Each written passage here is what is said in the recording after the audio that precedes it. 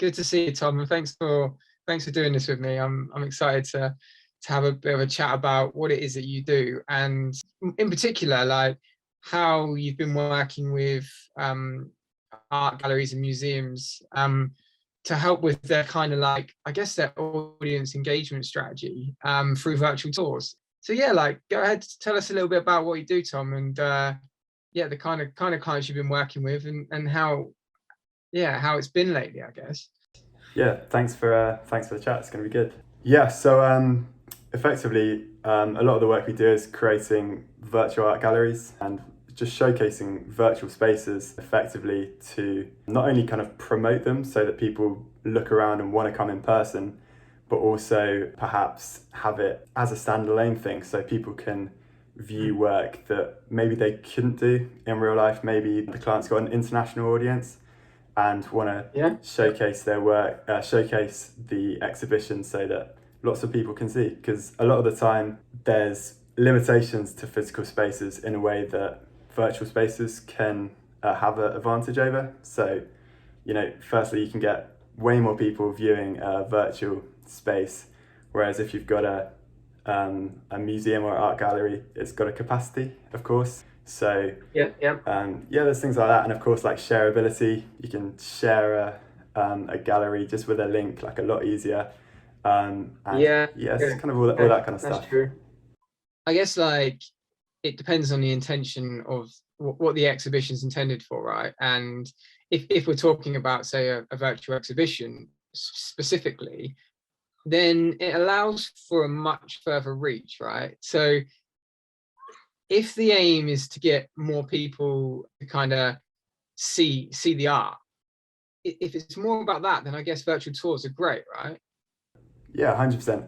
And that's it as well. It's trying to figure out the aim. Like, what is the aim? Why do you want a virtual gallery? Because yeah, if it's trying to get as many people to see, then yeah, make a virtual space and very shareable. Lots of people can see it from anywhere.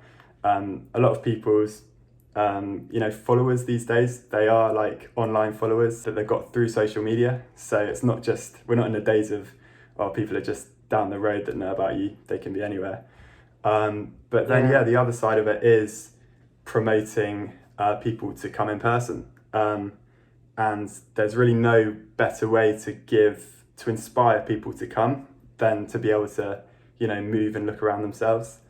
And Mm. and really like giving people the confidence to say, yeah, let's spend a day going to this exhibition or exhibit, and yeah, giving them the confidence to say to their friends as well, and friends and family, hey, come along as well, because it's kind of a hard Yeah. thing to do if you don't really know what it's going to be like. But at least with a virtual space, you can kind of check it out and yeah, have that confidence that's going to make you want to do it. That's a really interesting point, actually. I hadn't thought of that. So there's a kind of a sort of social validation to being able to view it online first, because for some of us, it can feel a little bit intimidating to perhaps go to an art exhibition or an art gallery. We might not think that we're like, I don't know, qualified enough, or that we're going to understand it, or that we're going to be the right kind of audience. But if you can sort of see something in the comfort of your own home and relate to it and think, I've got, this, I can relate to this and connect with it, and I want to experience this again, like in the real world. Like you said, you can share it with your friends without it being like trying to convince everyone to come along and then them turning up and being like, this just isn't really my thing, but thanks anyway, right? 100%, 100%. Yeah, that's exactly it. So like when an art gallery or a museum approaches you, and the kind of conversations you have with them, are they, what is it that they're trying to achieve primarily, and where do they see the virtual tour fitting into their kind of like strategy? And I know we may have briefly touched on it, but what kind of problems are they trying to solve? What do you find that the how's the conversation going? Yeah, so I guess an answer to that, which is something that we haven't touched on, is almost like catering to the community. So I think businesses these days, they're finding, it's really important to have that community. And having a virtual tour is something that you can kind of interlink into, sharing with the community. So whether it's through a newsletter, maybe, your community members can look around a exhibit or exhibition kind of before other people, or maybe even there's a private viewing that you want to have before it's released, where you can get lots of people to come online and visit it. Maybe if it's an art gallery, you can get artists in that have done some of the work to speak about some of the work and kind of build a narrative around the gallery or the space. Yeah, so it's a tool, I suppose, to get the community kind of excited and just some content as well. Yeah. Yeah, and I guess as well, there's an element of kind of like profile building for the artist, or you know, that they can provide more context to their exhibition through a digital talk within the virtual tour, perhaps, that you're not necessarily going to get when you go and walk around the exhibition in perhaps the same level of detail. You can include things that you don't typically see in a real world exhibition. 100%. Yeah, so a good example of that is we did a project with Black Lives Matter UK. So you can look around the gallery, and then you click on an artist's artwork, and then the artwork comes to life, and it turns into a video of the artist speaking about the work, explaining about it, and this kind of thing. And that's not really replicatable in real life. You can't have the artist constantly there if you're going to an in-person gallery. But of course, virtually, there are things that are possible that aren't possible. So yeah, that's as much part of it as trying to not exactly replicate a real life gallery, but what can we do to enhance it and do that we can't actually do physically. And I guess as well, like the possibilities are quite endless as well, but in a virtual tour, because eventually we may even see like more augmented reality and like a whole new way of kind of engaging and entertaining people as a result of like what the way in which we interact with art can fundamentally change thanks to what you can do in the virtual world, right? I think like there's going to be perhaps some resistance to this technology. It's maybe at the moment it's not going to be for everyone, right? I mean, I'm thinking like of the more traditionalists when it comes to how we experience art, and going into the how is it more about how the kind of artist intends us to experience it, which is in person, or actually more about how the art gallery wants to build their community? And I guess those are the kind of conversations that are going to be happening more and more at the moment. Yeah, 100%. And yeah, I think when people look at it as like physical versus virtual, it's just the wrong way to look at it. Like it's all about that hybrid approach, and having that hybrid approach for businesses, I think, is really important, and that it's like got to be the way forward. Yeah. Like if we think of like digital transformation more broadly, and we think of, there are still a lot of kind of artistic and cultural organizations that haven't really even embraced like websites effectively yet, and there's or selling tickets online, or just considering the web and digital as part of an extension of their brand. But it is happening more. We're both having conversations with lots of brands in that space that want to do more digitally. I guess the digital transformation journey has been happening for a while now, and there have always been those kind of early adopters that want to get involved and do it all, and then there's people that are a little bit more resistant to it. How have you noticed a change since the kind of pandemic and the kind of the limitations and the restrictions that were placed on us all to experience this thing in the real world? Has it got like, is that been a driving force for some of the companies you speak to? Yeah, I think it has. I think the pandemic has forced people to like be online, and it's also in a way like trained people to become better digitally in a weird way.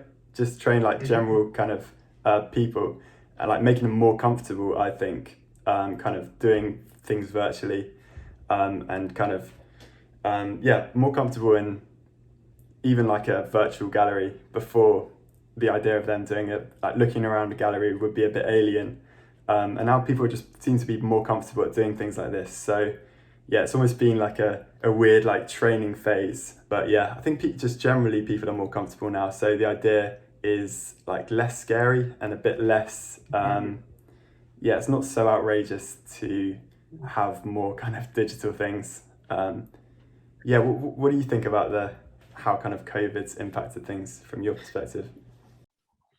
I mean, I would say the same thing. I think it's made us face an inconvenient truth when it comes to not taking kind of being able to get together for granted, as in it's not something we can all always do. We always thought that was a given, right? That's what it means. So not taking it as a given. Like, we've seen that actually in a pandemic, we can't act like we would usually act and go out and be sociable and come together and experience things. And as a result, we have seen, you know, whether it be like art galleries or orchestras or theatres, look again at their digital presence and think how they can sort of future-proof themselves against, future pandemics, perhaps. Or it may have been that they wanted to increase their kind of online presence, but there hasn't been like a real need to. So things have been fine, right? And this has kind of shaken them up a bit and made them realize that, we need to do this now quicker than perhaps we may have done. And it seems to be like something that's being considered as part of their funding applications. Audience diversification and development is something that we talk about a lot. And I think, if we bring that back to kind of the virtual tours, it really does do that, doesn't it? Because it allows them to reach new audiences, for sure. So and they are diversifying, right? Because we get it, right? We're online anyway. We when we see a virtual tour, like our generation, we get excited about that kind of thing. So it's definitely playing a part in that. It definitely has a part to play in that diversification and development strategy. Would you agree with that? Yeah, 100%. Because I think like some of these places can be, quite intimidating to certain people. So there's less intimidation visiting somewhere online than going somewhere in person. And of course, there's like absolutely no barrier to clicking on a link and looking around. This kind of virtual technology can reach anyone, anywhere. No kind of location barriers, no barriers whatsoever, as long as someone's kind of got access to the internet, I suppose. Yeah, I think these 3D tours, these virtual tours, they do tap into this sort of cultural shift that we're seeing towards an acceptance of the Instagram era, and capturing it, taking photos, sharing it, and there's no better way than to convince or encourage someone to come and see something than actually showing them.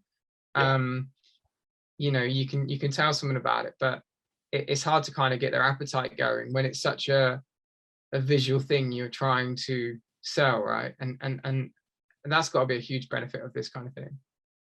Yeah, definitely, and also just the idea of having it like as a historical document in a way, of like past exhibits or exhibitions, is a cool thing to have too, and like a useful thing to show your exhibitions throughout history and past exhibitions. It's something else you can put on the website or just have out there and kind of document all the past of your business, really. Yeah, interesting. That's really cool. Thinking of the kind of like the kind of sectors that it works for within the arts and culture space, it can be quite versatile, can't it? You've got I can imagine it would work quite well for heritage sites or an orchestra, even if they wanted to showcase like the concert and what a beautiful place it is to come and visit. That's a huge part of it. Same for the theatre. Art galleries, it is a bit more interactive for an art gallery, I would say. But what would you say? Like, how do virtual tours, how are they flexible to kind of work with different sectors within arts and culture? Yeah, so there's definitely a lot of flexibility in really any kind of venue or place that you want to showcase and promote and kind of allow people to have an idea of what something looks like or get a glimpse of what it's like to be there. That's really where it's powerful. So yeah, there's really kind of loads of different ways that it's beneficial, and at the heart of it is really just showcasing a space in its best light to inspire people to come there. Yep. And if it was like a heritage site, for example, I can imagine there's only so much kind of you can take in when you're actually walking around somewhere and you're trying to experience the look and feel of it. But part of a heritage site is often the history linked to it, and the backstory. And I can imagine actually like a virtual tour makes that more consumable in some ways. Yeah, 100%. Yeah, so we've done a castle where you can kind of move and look around, jump to different points, and then click on information points to actually learn about the castle. The combination of e-learning and culture, teaching people about things is really powerful. And the more people learn about a place, whether it's in person or online, the more they kind of feel part of it and the more that they want to go at the end of the day. So yeah, it's these kind of things which are really powerful in getting people inspired to go there in real life. It helps people to like relate and connect with it, doesn't it? 100%. Yeah. Tom, thanks so much for like talking us through this. It's actually, I think we should finish on the fact that it doesn't have to be a competition between digital and the physical world. It's not what we're doing here. We're not trying to replace the physical world, are we? It's not. It's trying to complement it, right? 100%. Like, I'm the biggest fan. I know you are as well, of like going to places in real life and absorbing that culture. It's not just about spending your whole time at the computer. Living in some sort of metaverse. Like, that's not what life is about. But yeah, from a business perspective, it is about having that hybrid approach and using that to their advantage. And you could even create like a bit of a teaser, can't you? And you can have certain areas that are locked to the real world experience. So you could kind of provide enough to get the appetite going and to really want to visit and see more, but then hold back certain bits like you do in any other bits of marketing, right? 100%. Yeah, definitely. Yeah. Cool. All right. Well, thanks, Tom. It's been really great to talk to you, and I look forward to catching up again. Cheers. Thanks, Joe.